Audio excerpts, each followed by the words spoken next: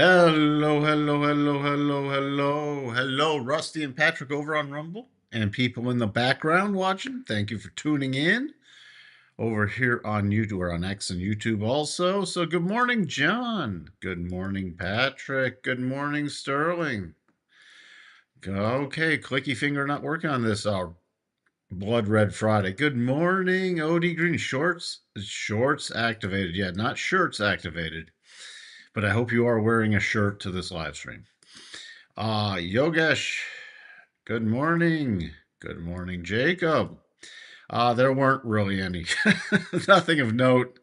So, what else do we have going on? Good morning, Anissa. Just current department, just the Q3 GDP second reading to be released November 26th. What day is Thanksgiving? Is 26 like the day before Thanksgiving? Why would you release critical data like the day before Thanksgiving? Because you want it to just disappear? Yeah, see, PCE, uh, personal income spending, everything's going to be on the 26th, the day before Thanksgiving. I didn't see that. Thanks for putting that in, Sterling. All right, when a lot of people are really paying, you know what, people are done with the markets. They're traveling possibly to their destination for Thanksgiving. They're like turning their screens off early. Let's release the data. Let's release the Kraken. Hello, Charles. Good morning, Ted. What else? Okay, we just have some more dates. Good morning, Royal Palms. May November VIX contracts may break even. Well, I did talk about having hedges extended into November. Now, I again will look to uh, unwind partial and these kind of moves. Good morning, Jake. And keep something. Should we keep dropping, especially if like in VIX hedges, I look to unwind a little in the spikes. In other hedges, based off of either like options on the spiders or anything else, that's not as necessary to unwind. It's just whether we hit key levels. So yeah, they're gonna do a Swiss deal. So this is a question everyone's talking yesterday. Well, not everybody, but a lot talking how they're going to reduce tariffs on key things to drop prices because the prices of like bananas, coffee through the roof.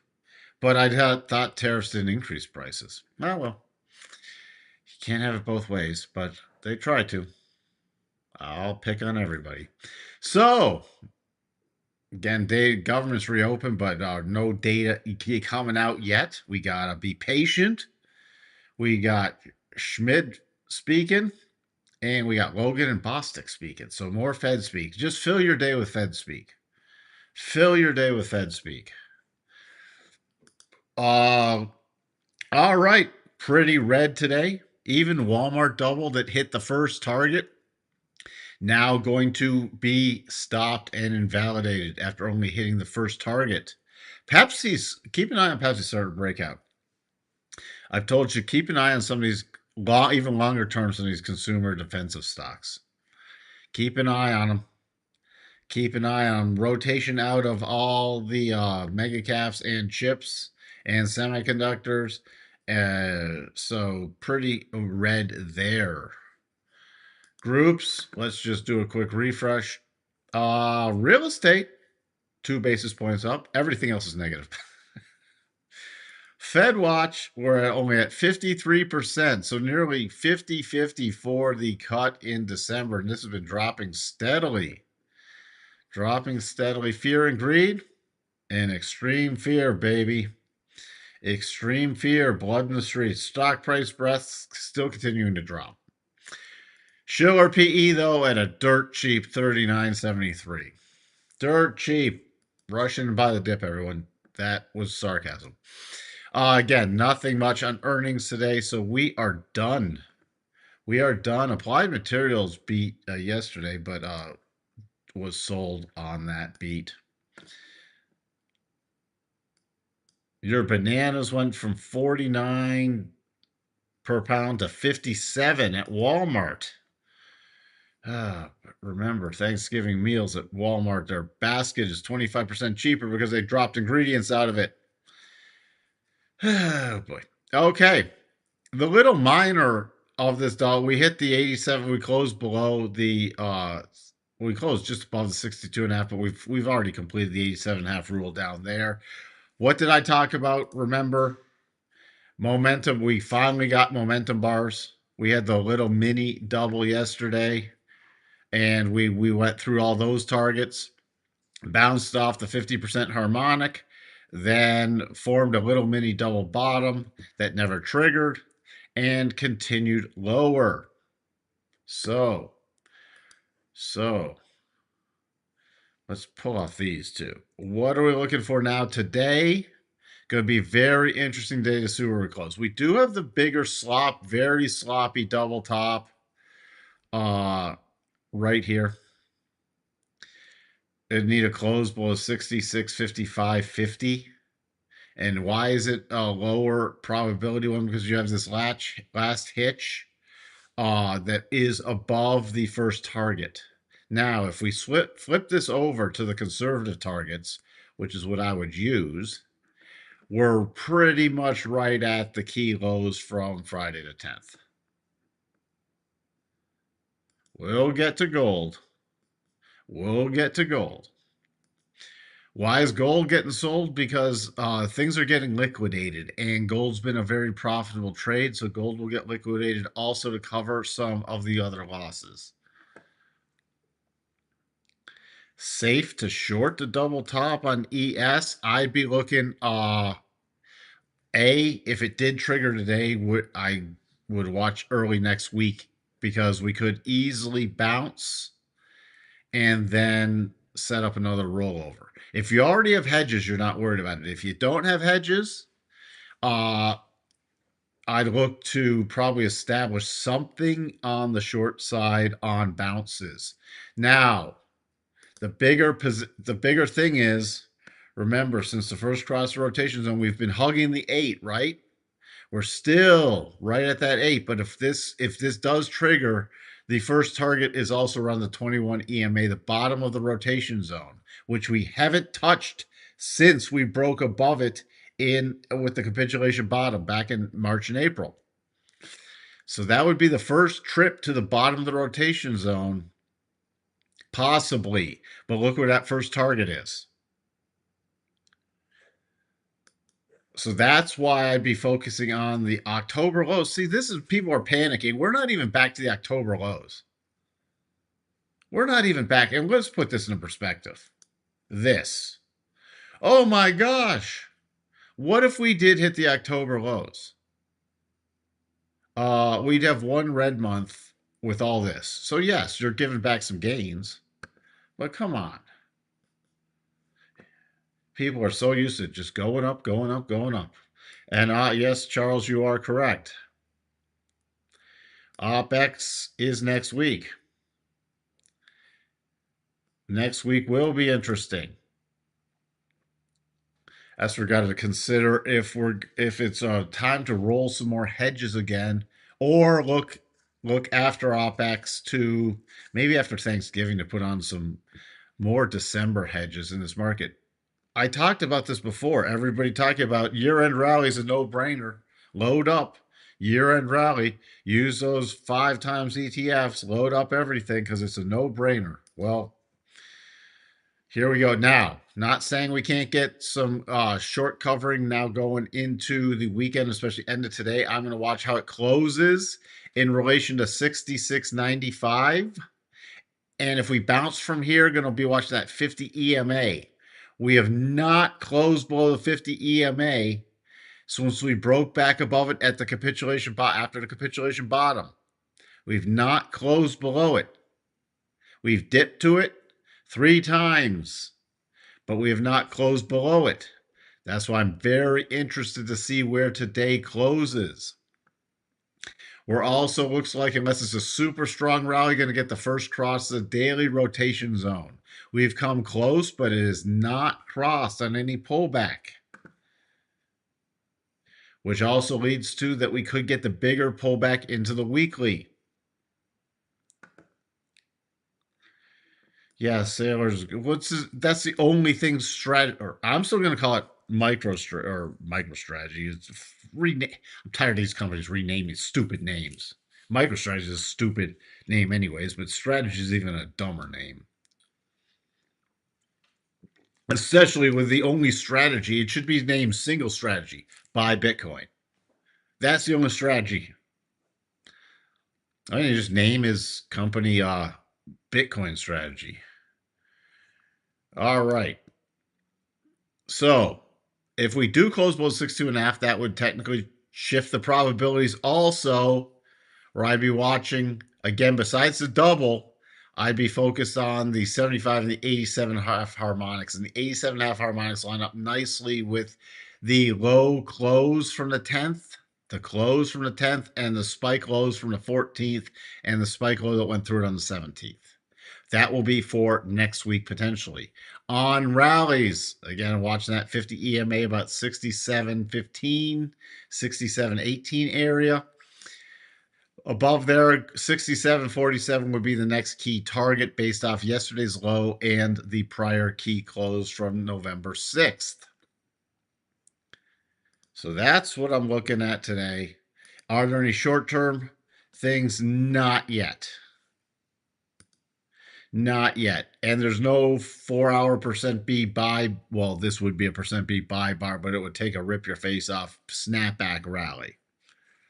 So I'll be seeing if any short term patterns unfold, especially closer to this afternoon, with some short covering into the weekend.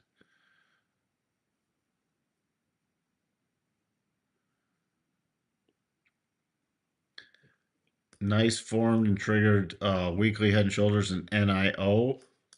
Will remind me about that. NASDAQ,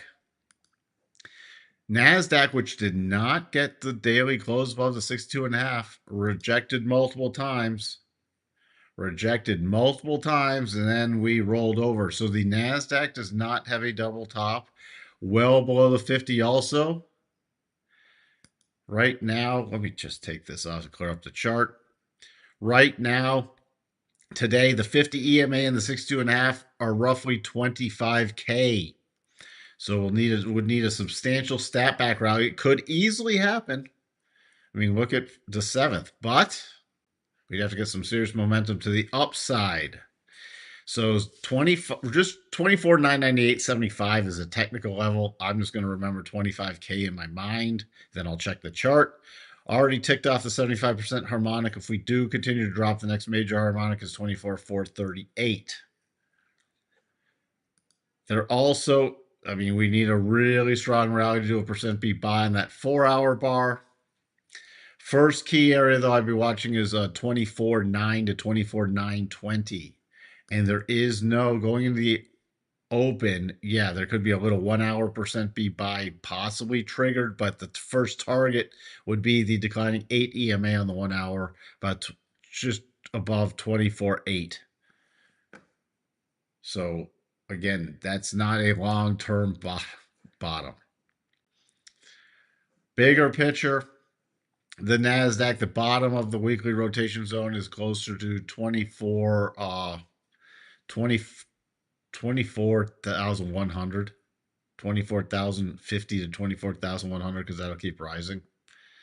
Which again, we haven't touched in the whole rally up since the capitulation bottom.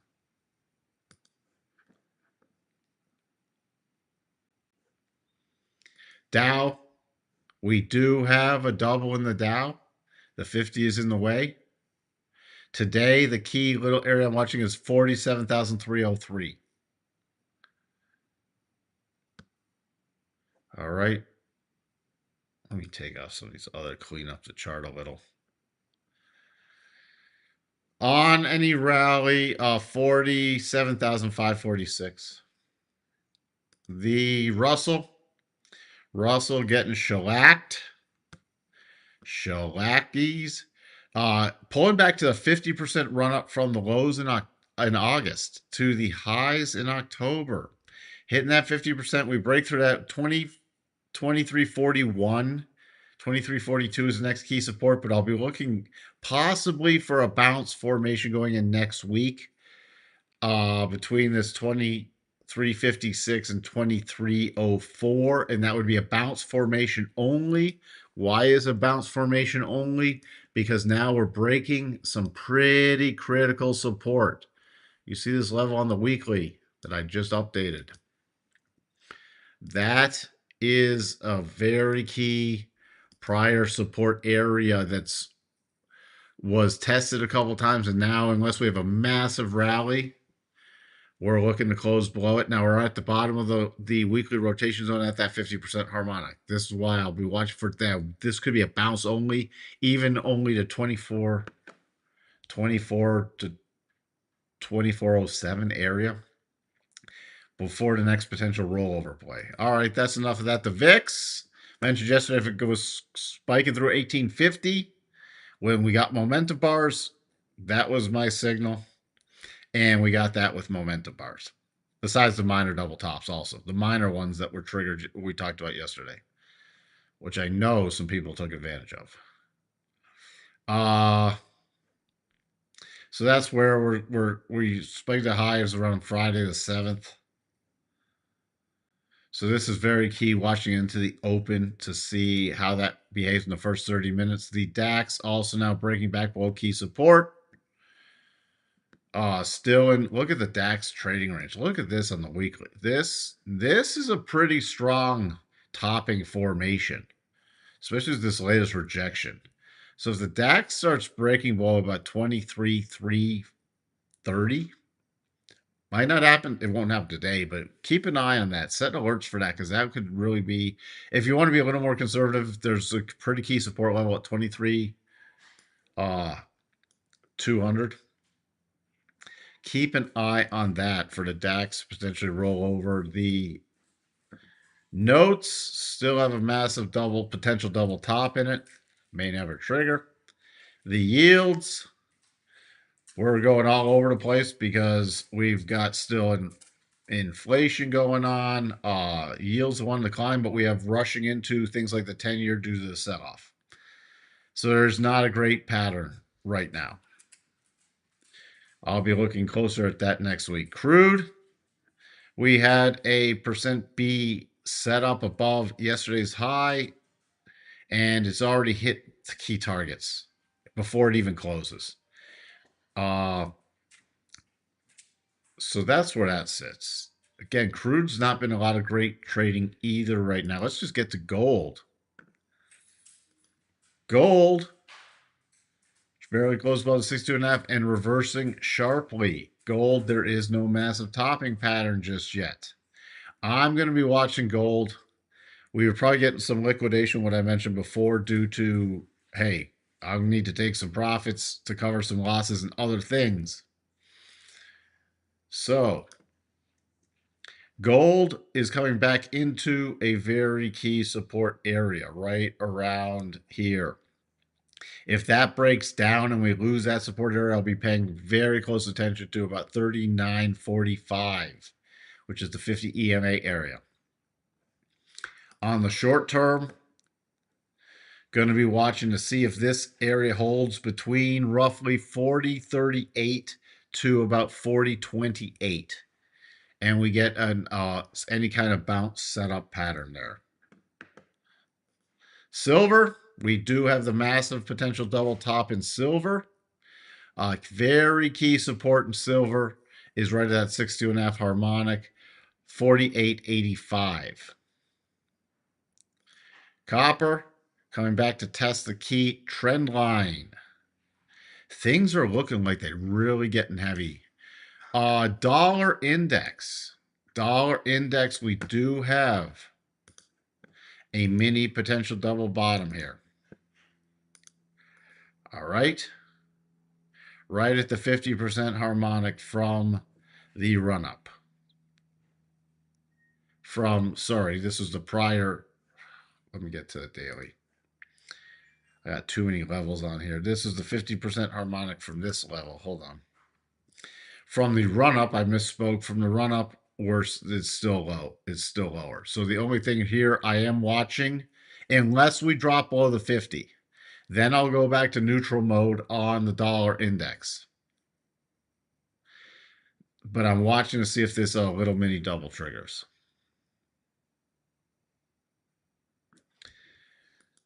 We'll get to some euro. I'm watching. We also have a little mini confirmed and triggered. This is really a weird pattern because of this. It's still, it would need a drop back below 116.20, but that's not the best setup. What else? Let me just get this. Bitcoin. Could we get back to 30K eventually? Well, let's just for grins.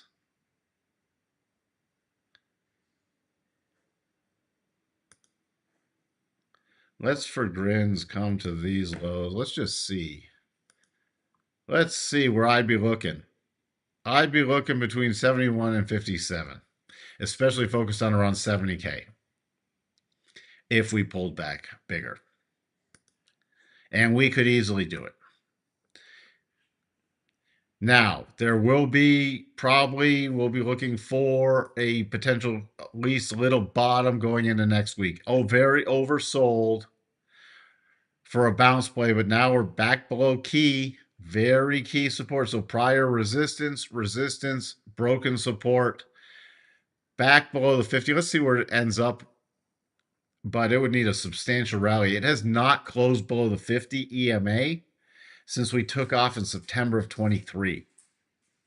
So let's keep an eye on that.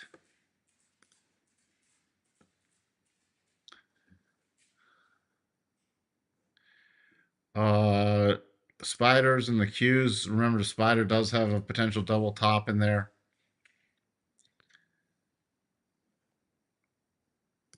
Got too many. Got to clean up the charts a little. Got to clean. There's the key thing right now. Open gap down, open 665.62.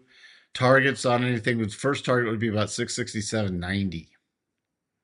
The 50 EMA is at 666.66. Oh boy, there's some evil working in the markets. No double in the Qs, gap down. Again, the 50 EMA on this one is 604.60. We're below it, so unless there's a pretty strong snapback rally today, we'll keep an eye on that because that'd be the first close in the Qs below the 50 since the capitulation bottom. 601, we're below that. So if we continue to sell off, the next harmonic is 595.04. By the way, Tesla, we had the little mini double, which played out yesterday and triggered the bigger weekly double. Well, the weekly double will technically trigger today. Slightly lower probability against the weekly rotation zone. But this could take Tesla back to the 50 EMA.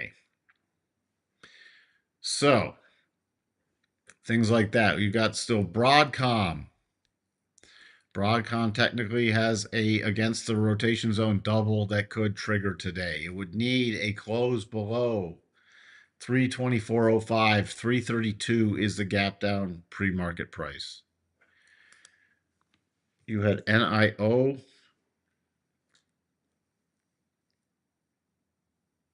That is that?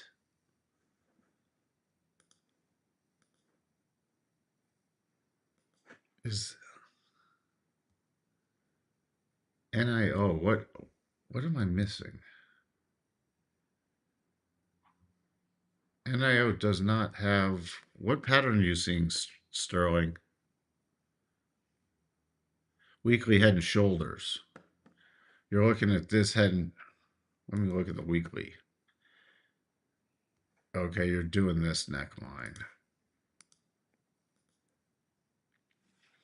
All right, yeah, I was checking. It was not a double. That's what I was wondering. You're looking at the shoulder, head and shoulder with a very steep upsloping neckline.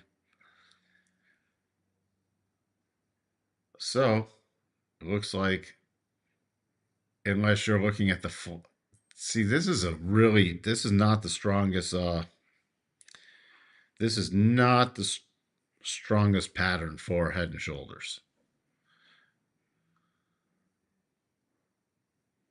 That's funny, Jake. Financial media was counting how many days it's been since we made a new all-time high as if it was too long.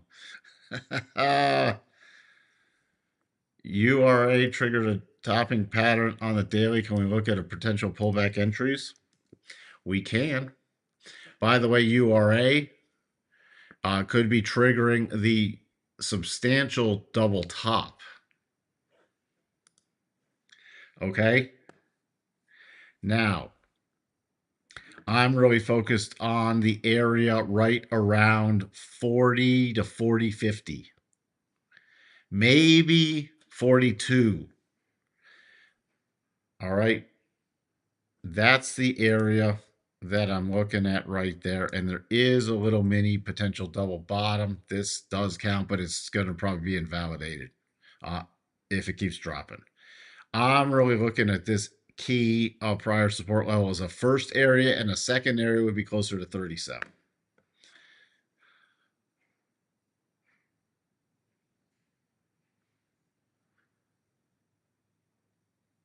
What else? What else? What else? You got a bunch of other things like Meta, which has got shellacked all the way back down to 62.5. Going to be interesting to see if it drops below that on a weekly close, because we filled a couple very key gaps. Nearly, I should say nearly. So these are the kind of things I'll be looking. Yes, there's a little mini potential double there, but a long way off from triggering, and that could take it back to kiss the 200 goodbye. But a lot of things are not looking very strong. I am, though, going to be looking for a key pullback still in Google. That is one that still interests me, because that is still, for Google, is on a pullback, could be very reasonably priced into the weekly rotation zone, but nothing yet.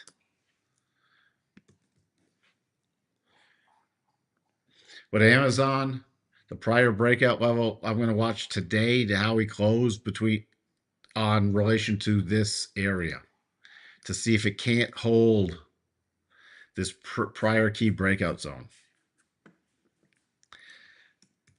AMD does have a daily double top. You are correct. Would need a close below 224.64. And you still have a massive gap left behind.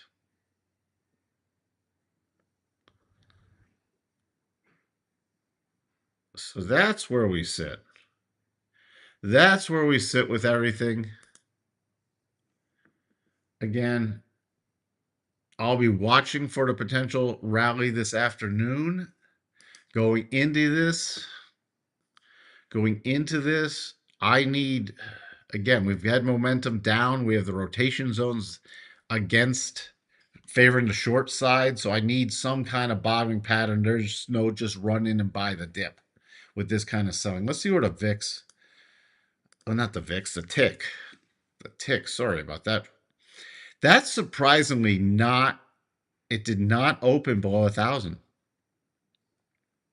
It did not open below 1,000. That's sort of surprising to me. So I'm going to be looking at this behaves on the next rollover in the tick to see how the S&P and NASDAQ behave. But here's your selling on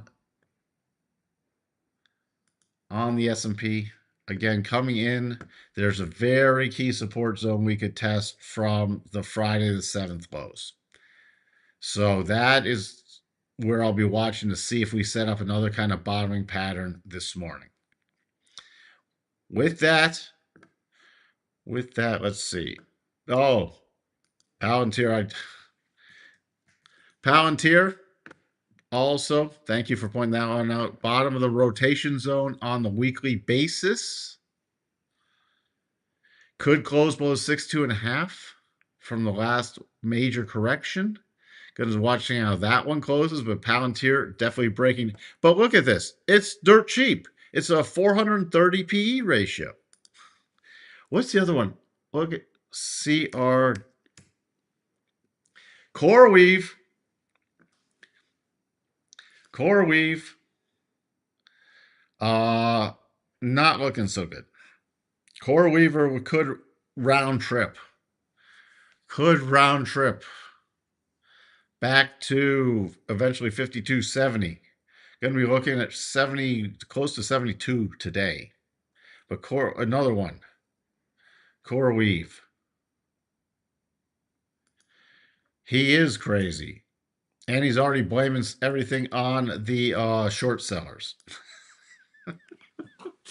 Oh boy. We're in those kind of markets. So hope you have some hedges on, or you're unwinding some of the portfolio. Yes, we may still get a year-end bounce. We'll have to watch for that setup coming up. This is actually, I'm glad we're getting a pullback.